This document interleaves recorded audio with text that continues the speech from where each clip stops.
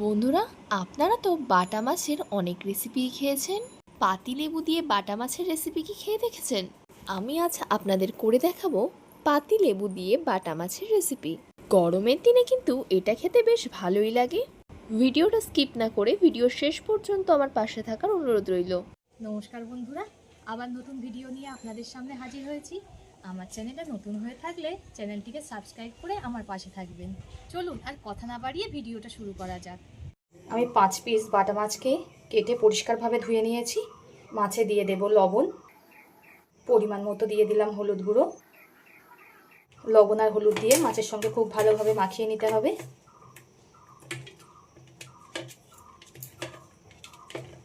মাছে লবণ আর হলুদ মাখানো হয়ে গেছে।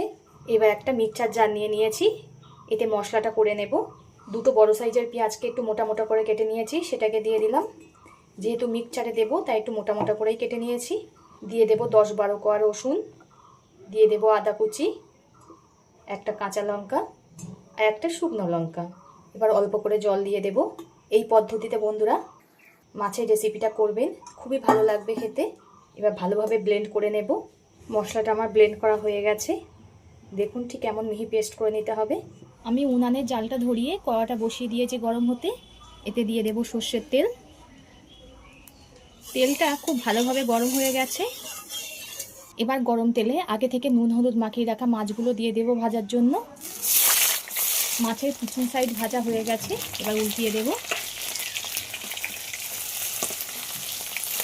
দেখুন তেল খুব ভালোভাবে গরম করে নিয়েছিলাম বলে মাছটা জড়ায়নি। মাছগুলো উল্টিয়ে দিয়েছি, এই সাইডটাও খুব ভালোভাবে ভেজে নেব। মাছগুলো আমার খুব ভালোভাবে ভাজা হয়ে গেছে, এবার তুলে নেব। মাছ ভাজা তেলের মধ্যে আবার একটু তেল দিয়ে দিলাম। এখানে আমি 3টে মাঝারি সাইজের আলুকে ঠিক এমন লম্বা লম্বা করে কেটে নিয়েছি, সেটাকে দিয়ে দেব। এবার আলুগুলোকে একটু ভেজে নেব।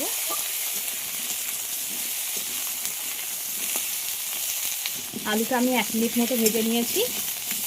এবার এই আলুর মধ্যে লম্বা লম্বা করে কেটে রাখা পটল দিয়ে দেব। এখানে সব কিছু আমি আমার পরিমাণ মতো ব্যবহার করেছি, আপনারা আপনাদের পরিমাণ মতো সবজি নিয়ে নেবেন। পটল আর আলুটা খুব ভালোভাবে ভেজে নিতে হবে।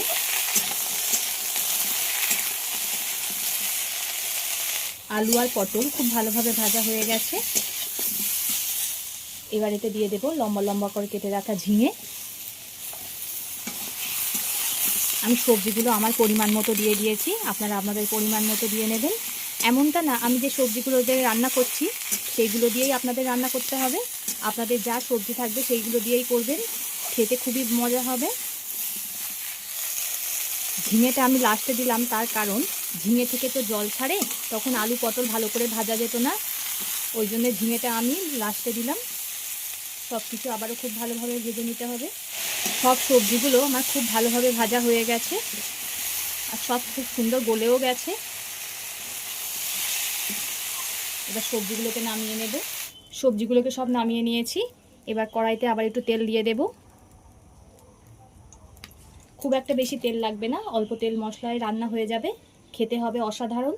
গরম তেলে দিয়ে দেব শুকনো লঙ্কা, অল্প করে দিয়ে দিলাম জিরে। ফোড়ন থেকে যখন একটা হালকা মিষ্টি গন্ধ বেরাবে তখন এর মধ্যে দিয়ে দেব আগে থেকে ব্লেন্ড করে রাখা মশলাটা।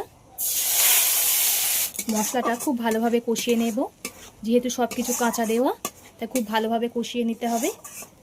মশলার মধ্যে দিয়ে দেব স্বাদ মতো লবণ, পরিমাণ মতো দিয়ে দেব হলুদ গুঁড়ো। লবণ আর হলুদ দিয়ে আবারও খুব ভালোভাবে কষিয়ে নিতে হবে মশলাটাকে।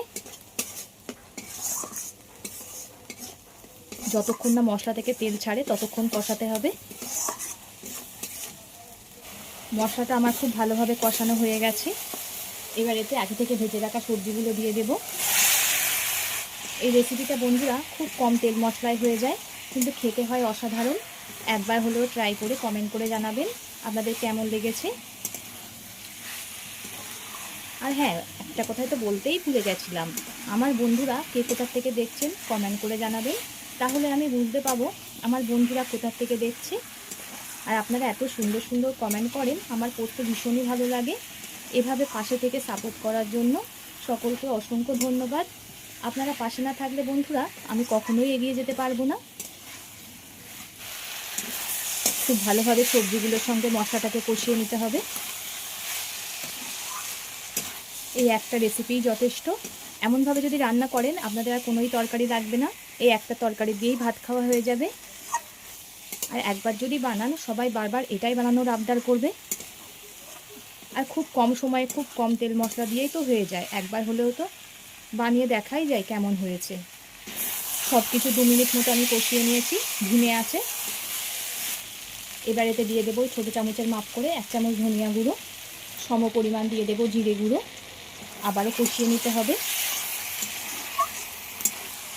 দেখেছেন তো বাড়ি থাকা মশলা দিয়েই হয়ে যায়, খেতে হয় অসাধারণ। সব কিছুকে আমার খুব ভালোভাবে কষানো হয়ে গেছে। এবার এতে দিয়ে দেবো পরিমাণ মতো জল। আমি আমার পরিমাণ মতো জল দিয়ে দিয়েছি, আপনারা আপনাদের পরিমাণ মতো জল দিয়ে দেবেন, আপনারা যেমন পরিমাণে ঝোল রাখবেন।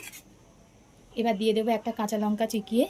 ঝালটা আপনারা স্বাদ মতো ব্যবহার করবেন, যে যেমন ঝাল খেতে পছন্দ করে।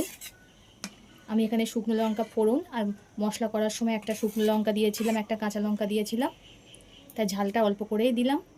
কাঁচা লঙ্কা লাস্টে দিলে কি বলুন তো, কাঁচা লঙ্কা সুন্দর একটা গন্ধ বেরায় আর তরকারির দারুণ একটা টেস্ট আসে, ওই জন্য আমি লাস্টে কাঁচা লঙ্কা চিকিয়ে দিয়ে দিলাম। এবার ঝোলটাকে ফুটতে দেব। ঝোলটা খুব ভালো রকমই ফুটে গেছে। এবার ভেজে রাখা মাছগুলো দিয়ে দেব।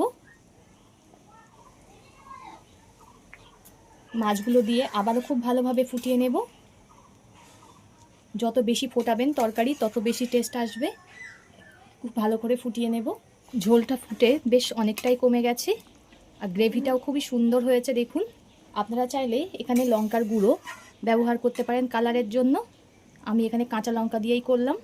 আশা করি এই সিম্পলভাবে তৈরি করা মাছের ঝোলের রেসিপিটা আপনাদের সকলেরই ভালো লেগেছে। কার কেমন লেগেছে কমেন্ট করে জানাবেন, আপনাদের কমেন্টের আশায় থাকবো। সব শেষে এতে দিয়ে দিতে হবে আধখানা পাতিলেবুর রস। এই পাতিলেবুর রস লাস্টে দিয়ে নামিয়ে নিতে হবে, আর কিন্তু ফোটালে হবে না, পাতিলেবুর রস দিয়েই নামিয়ে নিতে হবে। এইভাবে বানিয়ে দেখবেন, দারুণ লাগে খেতে, সবাই আঙুল চেটে খাবে। গরম ভাতে এমন একটা রেসিপি থাকলে 1 থালা ভাতও উঠে যাবে, এত দারুণ হয় এটা।